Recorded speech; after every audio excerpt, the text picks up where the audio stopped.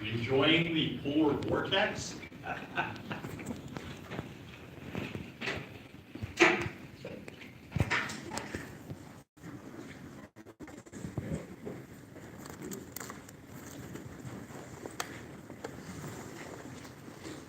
Back in the mid-70s, like 76, 77, 78, we had a string of really cold, bad winters. And we had a stretch, I think it was in 77, where we went about 2.5 weeks and the temperature never broke freezing. That's when the Ohio River froze. In fact, I had an idiot friend drive a Volkswagen out on it. Oh, he survived, drove to Kentucky. It was stupid as hell, but you can check archives if you want. There are pictures of people out on the ice walking on the river back then. It was so cold. We used to bring our car batteries in at night so our cars would start the next morning. The good old days, eh?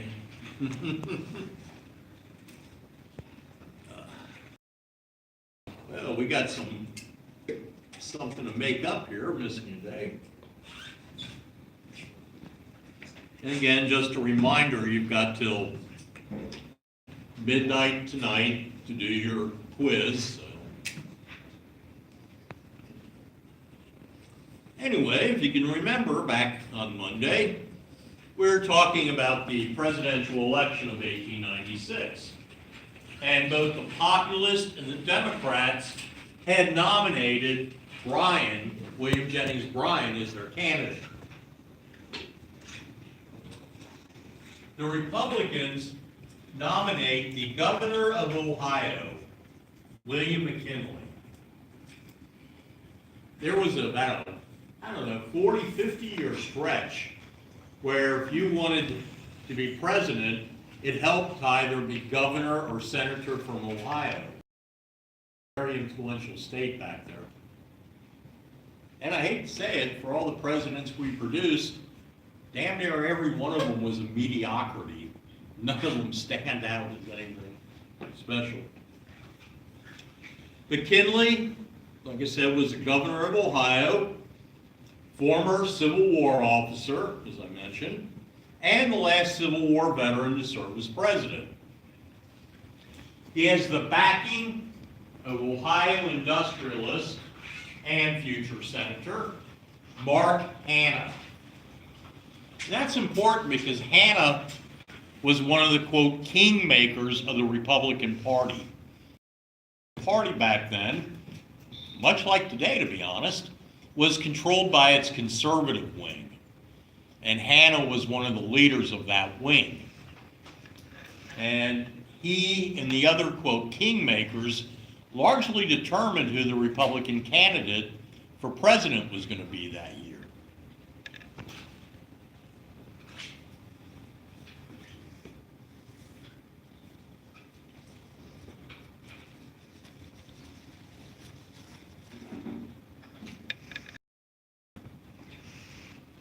By the way, just like today, they have campaign posters and buttons and things like that. Here's a Bryan campaign poster. This one's actually from 4 years later. And here's a McKinley campaign poster.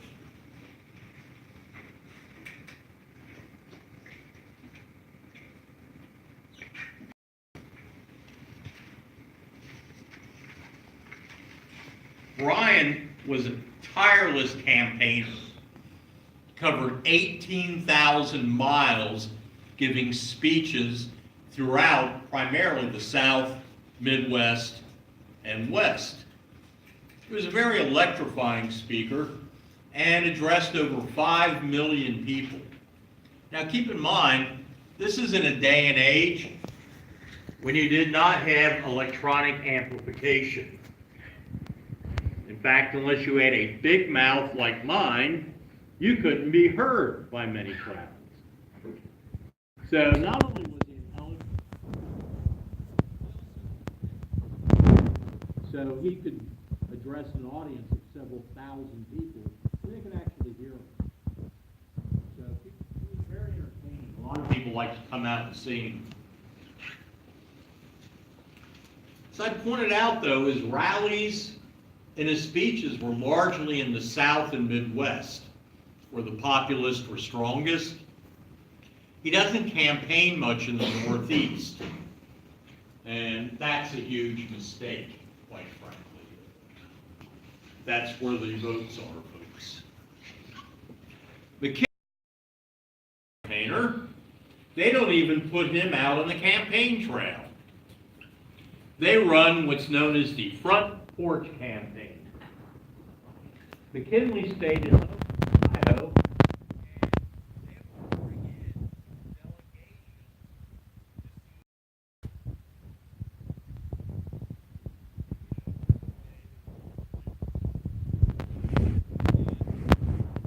Out on his front porch, greet the delegation, give them a stock speech, usually reflecting their particular concern, whether they were workers or teachers or industrialists or whatever, and, wave at the crowd and smile and all that, and then go back in and then go home. How's that for campaigning? He would meet several delegations a day with the exception of Sunday. Front porch campaign sounds like the height of laziness today. No matter what you think of any presidential candidate, just what they go through in the primary process, how grueling it is, that'll wear down or kill most people. It's amazing what a lot of those guys will go through, men and women will go through to try and secure the presidency or any other office. Very grueling. Any of you folks ever worked on a political campaign? I'll try it sometime. It'll open your eyes up. I've worked on several in the past. Now, money talks in any campaign, and Bryan will be heavily outspent. The Democrats and populists will spend a whopping $300,000 on his campaign. That'll buy you, about 5 or 6 commercials in Ohio anymore, let alone running a national campaign. The Republicans spend $7 million on McKinley. And they also tend to run a fear campaign. Nothing new, unfortunately, in American politics. Industrialists would tell their workers that if Bryan got elected, they're going to have to close the factory. So vote for who you want to, but if Bryan gets elected, you're out of a job. How's that for influencing a vote? Plus, it was easy enough, at least in the Northeast, to portray Bryan more as some country bumpkin. He wasn't, by any means, but that was the way he was often portrayed.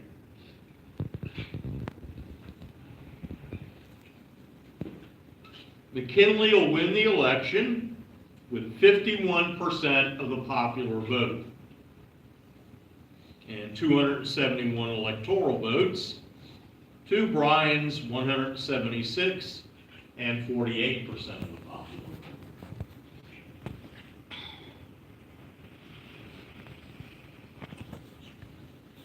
Here's the election of 1896. And notice how it breaks down regionally. Remember I said Bryan was strongest in the South, Midwest, and West? Well, he carried the South, most of the West, and a good part of the Midwest. Regionalism plays a key role in American voting usually. If you look at any election map, you can see regional patterns. Anyway, that's the election. Notice Ohio went for its favorite son, McKinley.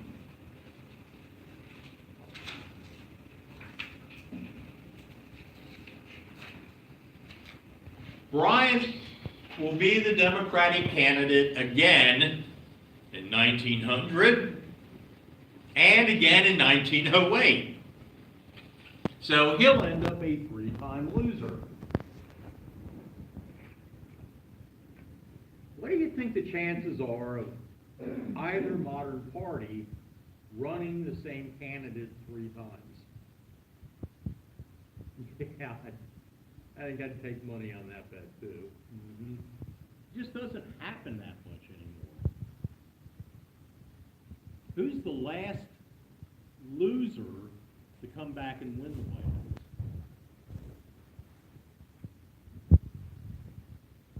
It's been a while, hasn't it? Richard Nixon lost to Kennedy in 1960, won election in 68. He's the last one. And neither party, unless I'm getting senile and forgot something, neither party has ran a candidate that's lost since then. So politics is changing a little bit. I don't know if we're going to see a one-time loser running, let alone a two-time. You think they would have gotten a hint the second time Bryant lost? You know? I guess they were third time's a charm. Well, no, it wasn't.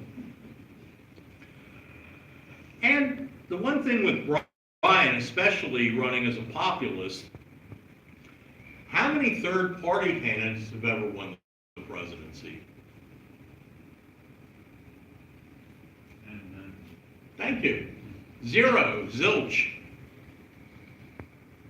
And again, it's very difficult for him to do so.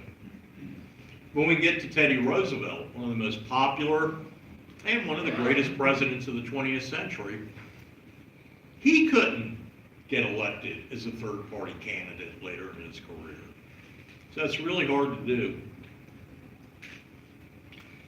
The populists didn't have the organizational structure or the money to compete with the Democrats or Republicans, and they were considered too radical for most Americans. My God, the idea of letting women vote, 8-hour workday, these things were radical. And they couldn't get over their image.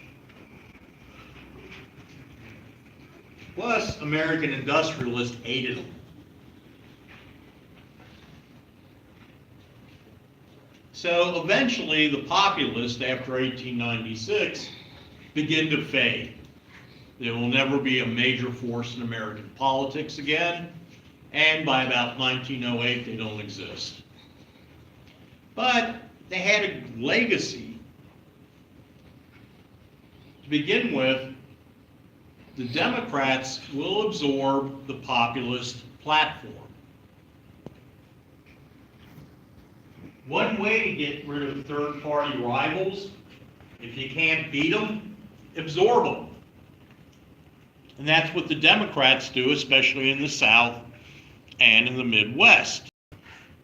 They absorb the populists in a lot of their agenda. This is the beginning of the transformation of the Democratic Party into a reform party, at least outside the South. The other legacy of the populists, they're going to influence another reform movement, and this reform movement is going to be a lot more successful. In fact, they're going to enact a lot of this populist agenda. Except these reformers aren't rural, they're urban. And their reaction to a lot of the same problems that the populists saw in society is going to be somewhat different. So where the populists will fail, the progressives will succeed.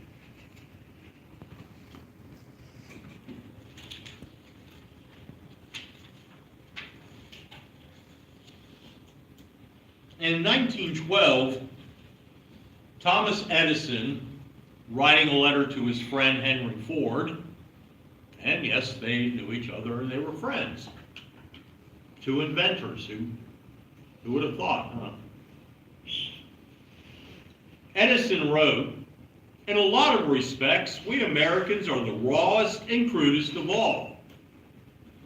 Our production, our factory laws, our charities, our relations between capital and labor, our distribution, all wrong, out of gear."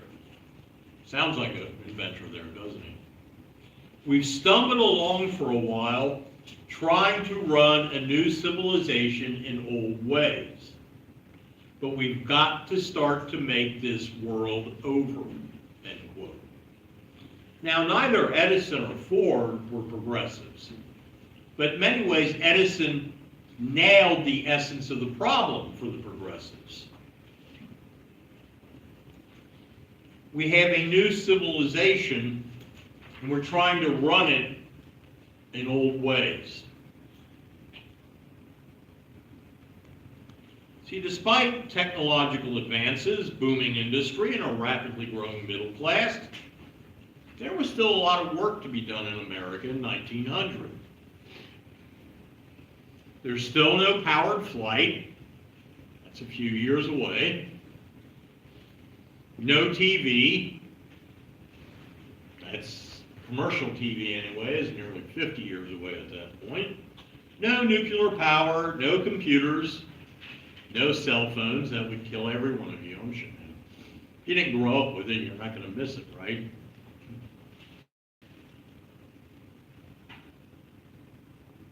All of this stuff was science fiction in 1900. There were about 76 million Americans in 1900. 60% of us still lived in the country. We were still a rural society in many ways. Unfortunately, between 30 and 50% of all Americans lived in poverty.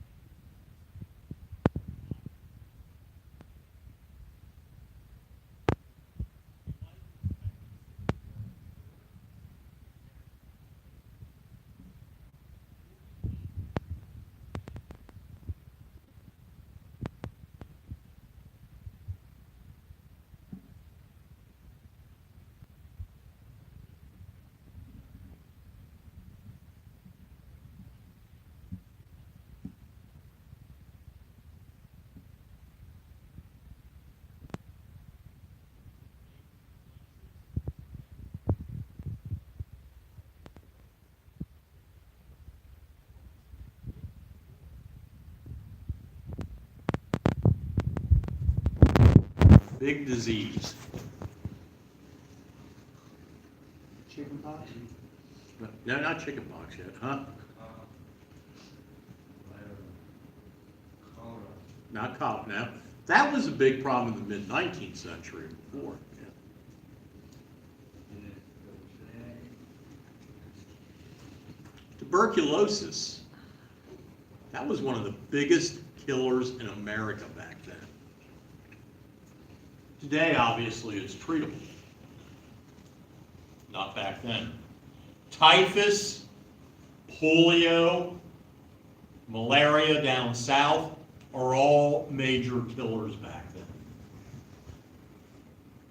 By the way, most of the diseases that killed them back then, we can now treat successfully. Not all of them, of course, but I'm talking about the big killers. The only problem with that, once you overcome one disease, there's always another one, isn't there?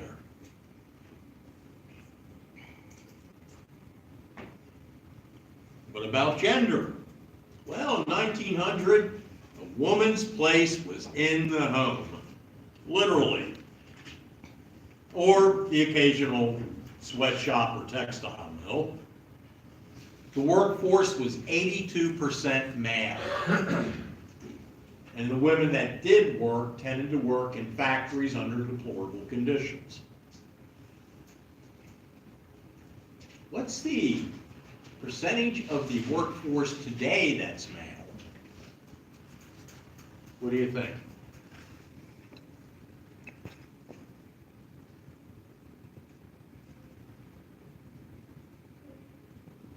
Please? Thank you. I'm glad you spoke up. It's higher than that, but thank you. Today it's about 55% male. So women have greatly increased their presence in the workforce. And I might add, the college classroom. 1900, that would have been a rare sight, ladies. See, things do change for the better sometimes. The trick is to make sure they don't go backwards. What about race? Well, this is one of the most racist eras in American history. And that's saying a lot. This is the era of Jim Crow, especially in the South and parts of the West, where legalized segregation and discrimination was the norm. It's also the height of the era of lynching. Thousands of African Americans, mostly males, will be unjustly and illegally lynched in the South.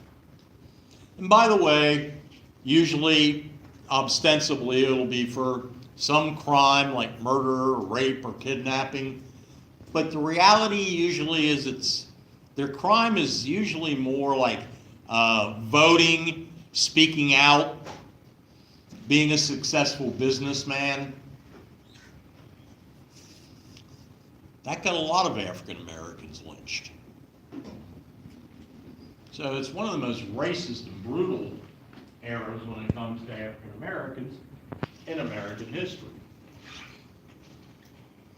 And the federal government did not expend any resources to deal with any of the issues. Federal budget 1900 was only $521 million.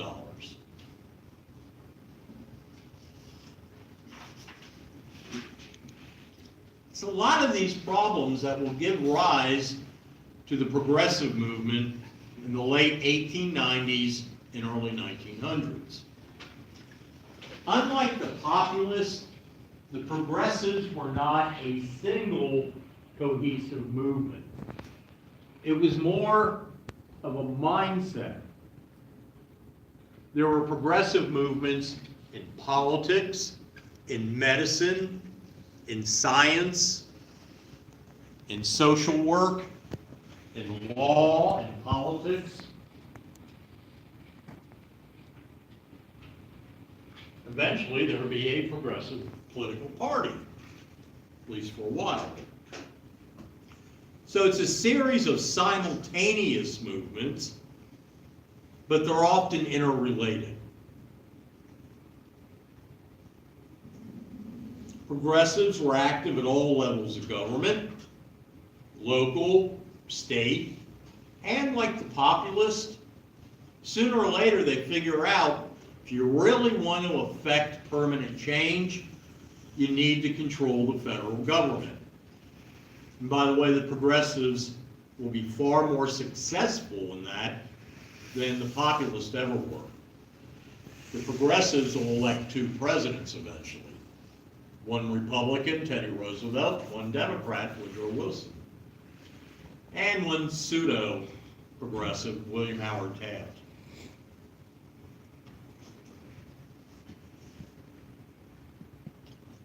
The populists tended to be reactionary.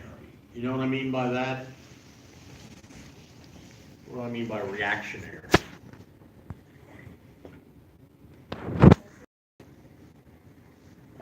No, thank you.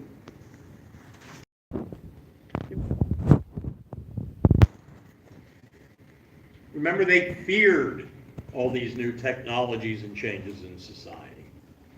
They wanted to turn the clock back to a day and age where they felt preeminent, where they didn't feel threatened. The progressives are just the opposite. They don't fear change, they embrace it. They like progress. That's why they're called progressives. So they don't have this nostalgic view of the past. They don't want to roll back the clock. They want to harness a lot of the new technologies, the industrialism, the advances in science, in medicine, to make a better world. They don't care if they change the world, they want to change it for the better. So in many ways, the populists acted because they were pessimists. The progressives act because they're optimists. They see a lot of problems, but they also see the opportunity for change and advancement. We can cure these problems. It's not above us.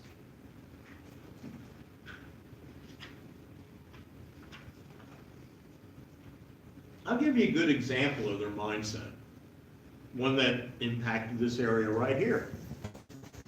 Before the 1890s, and you mentioned cholera before, cholera was a major problem in Cincinnati, as it was in most major cities. The waterworks Cincinnati had before the 1890s, let's see if you can figure out the problem.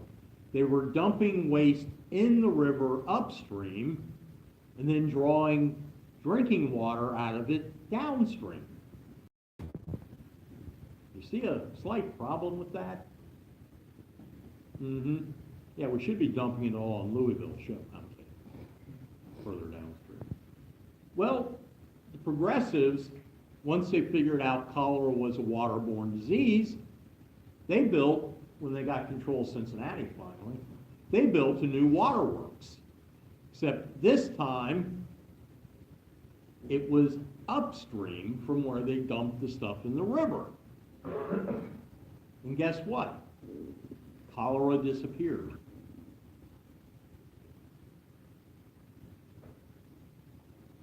That was very simple, wasn't it?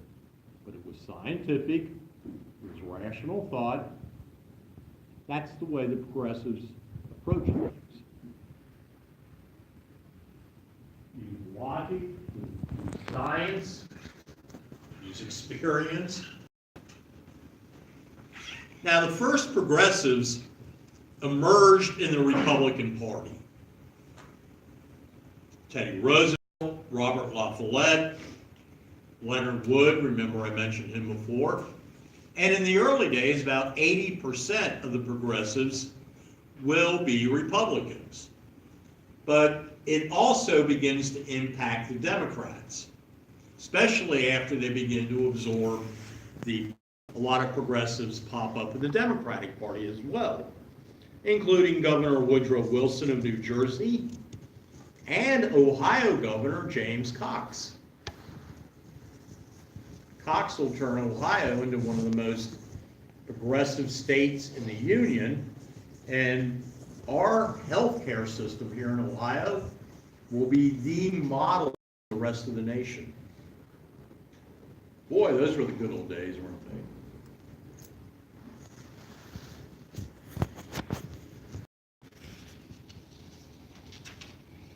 Now, the progressives, unlike the populists, were primarily urban, going to be city people, middle class, lower upper class, even some wealthy people, upper class, like Teddy Roosevelt. They tended to be educated, they tended to be professionals. Doctors, lawyers, professors, architects, a lot of people like that. It's a reflection of the strength of the growing middle class in America. Almost all these are pretty much middle class professions, aren't they? Most of these people are urban people. They go out there and work for to see the problem, the pollution. They know there's corruption in the city government. They want to change it. They've got some influence in society, money, they're educated, they can do something about it. And the other thing to remember about the progressives, they are sincere in their reform. They tend to be money honest. You can say a lot about them. They can be pretty self-righteous at times, condescending, but they're not corrupt. They're money honest. You look at any of the key progressives, and there's not a hint of scandal around them when it comes to money. Teddy Roosevelt refused campaign donations from some of his close friends like Rockefeller and Morgan because he felt that would look like influence buying. Can you imagine politicians doing that today? That would be refreshing, wouldn't it? Mm-hmm. Just out of curiosity, a lot of other countries, especially in Europe, have systems where the candidates don't have to raise money, that the state finances the campaign. Everybody gets the same amount of money, and they're not beholden then to corporations or individual donors. What do you think about that?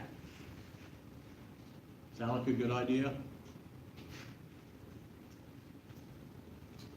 Get money out of politics. One of the reasons these new professionals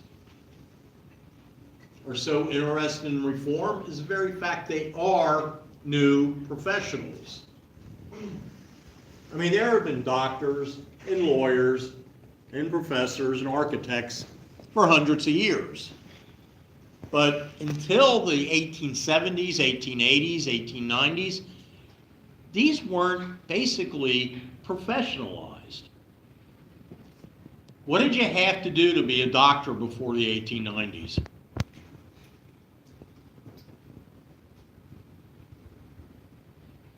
What did you have to do to be able to call yourself a doctor before the 1890s?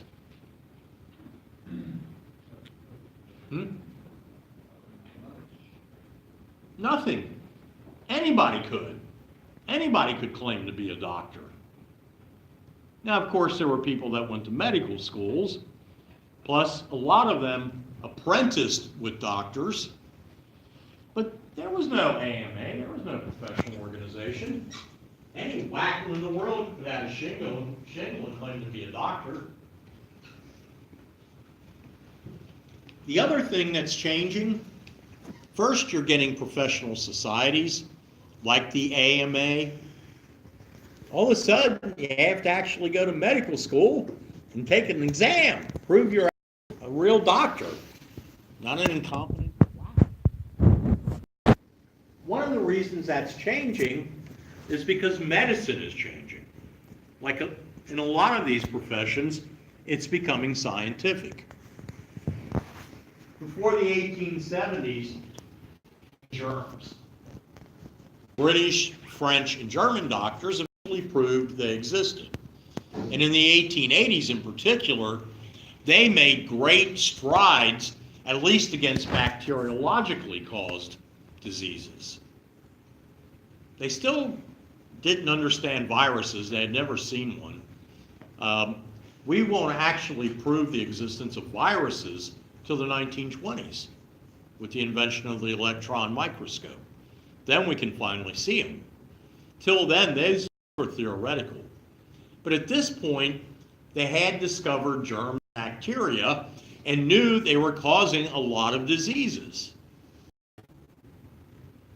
It's when they started pasteurizing milk, folks.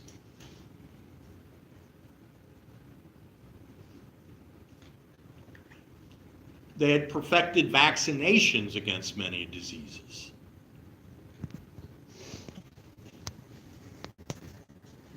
It's not coincidental that you see the establishment of the first modern scientific medical schools in America. Johns Hopkins is established in this era.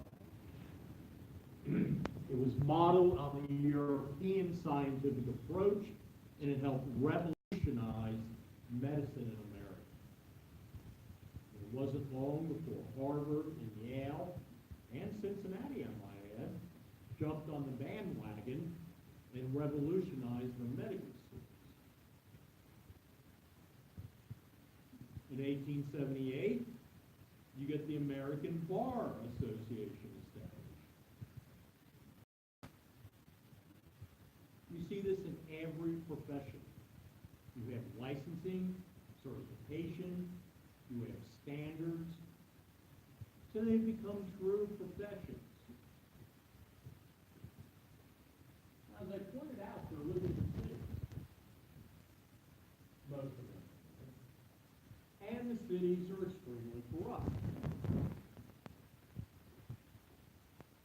and inefficient, I might add. To give you some idea of the city back then, what it looked like.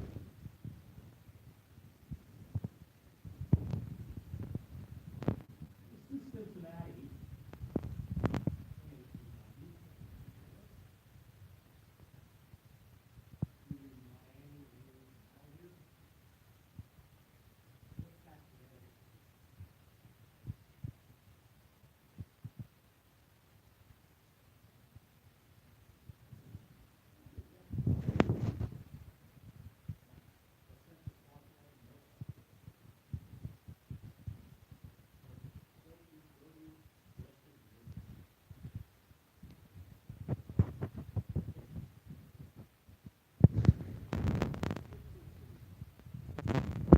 Crowded, dirty, disease-ridden. And as I've mentioned earlier, most cities had a boss of government. They were ran by one or the other political parties, and the entire system was corrupt. Cincinnati's boss, as I pointed out, was the infamous Boss Cox. Oh, here's another view of the Miami Canal. See this way up here on the hill? That's where UC is going to eventually be built. The modern version of it, anyway. Here's Boss Cox.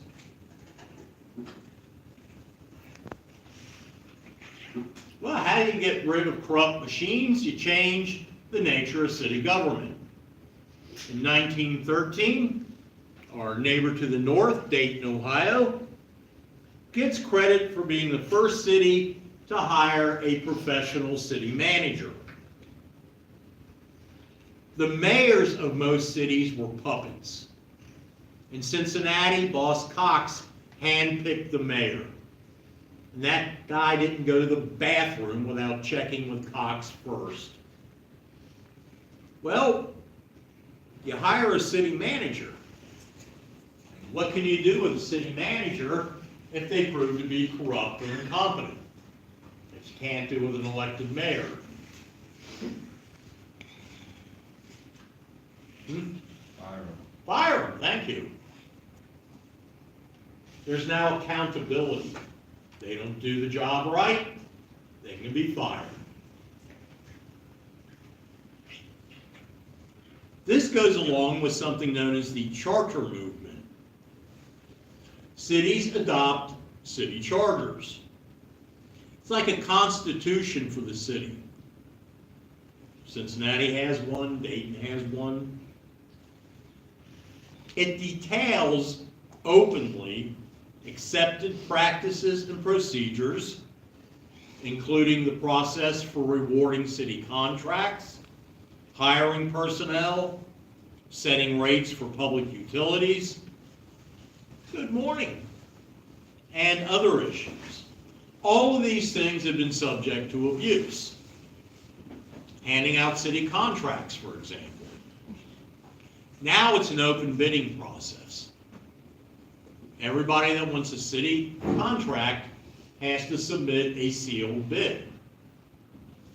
So there's no longer any cronyism, corruption. You don't believe that, do you? I believe there is a hell of a lot less, yes. Yeah. Compared to back then, quite frankly, it's minuscule today. And the very fact that it's more of an open process means that when it does occur, we have a better chance of catching it. But yeah, I mean, people always find some way to beat the system. Well, there's like a handful of them that always get the contracts, I feel like, and nobody else is ever going to. That has a lot to do with companies learning how to play the system, Yeah. what the, what they're looking for and all that. And you're right, there's still some fraud. One of the things that have popped up in the last 20, 25 years is companies pretending to be minority owned to get preference. And it turns out they're not. So yeah, Lots there's, of companies are in their wives' names. yeah, I mean, there's always ways around, but it has been an immense improvement. Back then it was, it was all backroom deals and, Yeah. yeah. But yeah, we're never gonna be perfect as a species. We have to strive for it, but ain't gonna make it. In Cincinnati, it was Charles Taft, that last name sound familiar?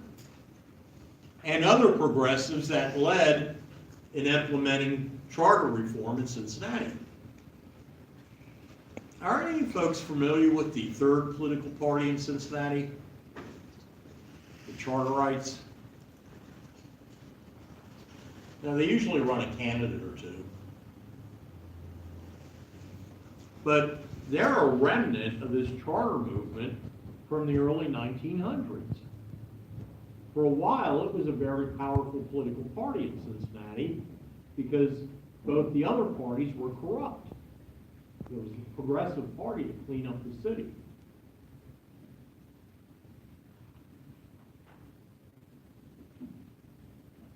By the way, the other thing Charles Taft gave the city?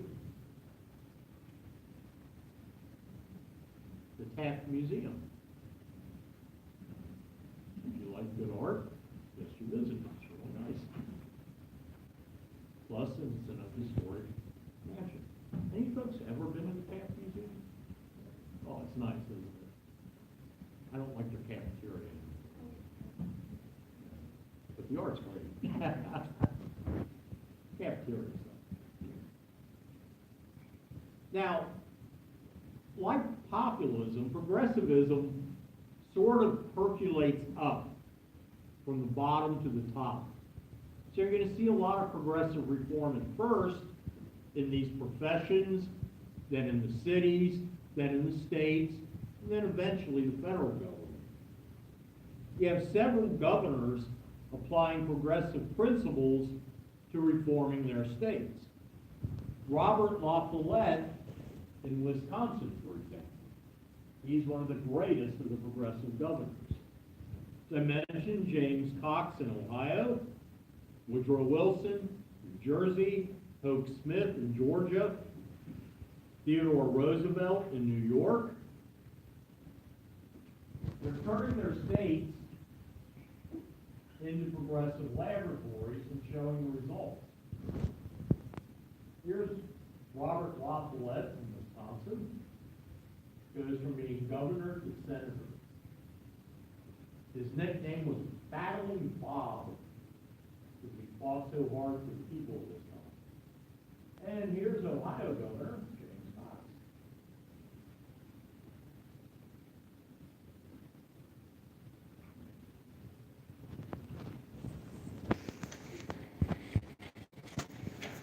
Now, one of the most radical in 1900, he needs a vice presidential candidate because his had died the year earlier. The Vice President Hobart, Garrett Hobart, had died, natural causes. So he needed a running mate anyway. Kahana and the rest of them This was perfect. After all, how much power does a vice president have? What's the only power under the Constitution the vice president has? Please? Head of the Senate. Yeah, but what's the one power he has connected to the Senate? Current Vice President Pence has had to use it a couple times. Has used it a couple times anyway. Power to break a tie.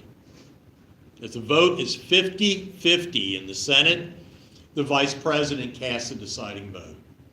That is the only power the VP has under the Constitution.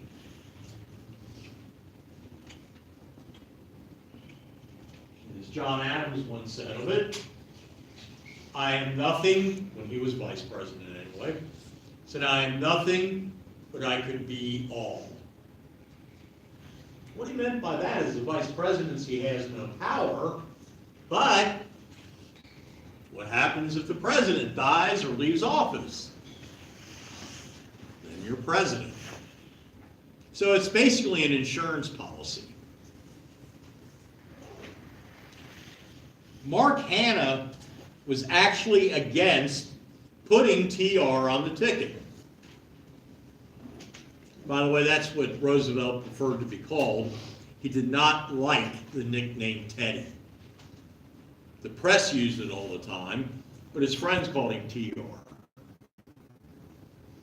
But anyway, Hanna was against it. As he pointed out, quote, as vice president, there was, quote, just one heartbeat between that madman and the presidency. It's going to prove to be rather prophetic, isn't it? Here's a McKinley Roosevelt campaign button.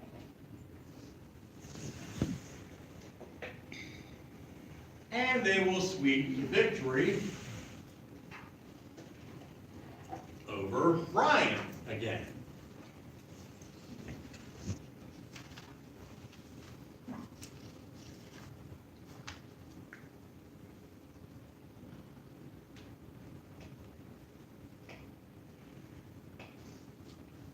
On the 6th of September, 1901, President McKinley was visiting the Pan American Exposition in Buffalo, sort of like a World's Fair. And while he was there, he was shot by a terrorist, an anarchist by the name of Leon Czolgosz. Czolgosz.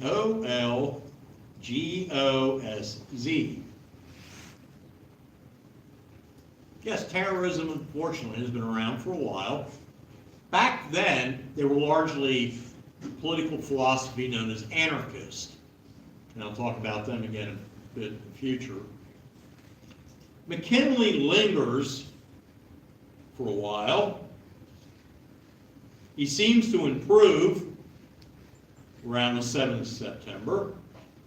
And they actually tried to find the bullet using one of the first X-ray machines.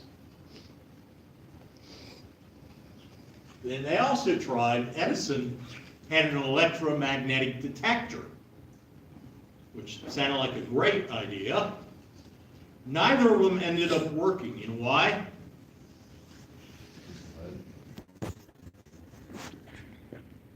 That's why the magnetic detector didn't work. You know why the X-ray didn't work?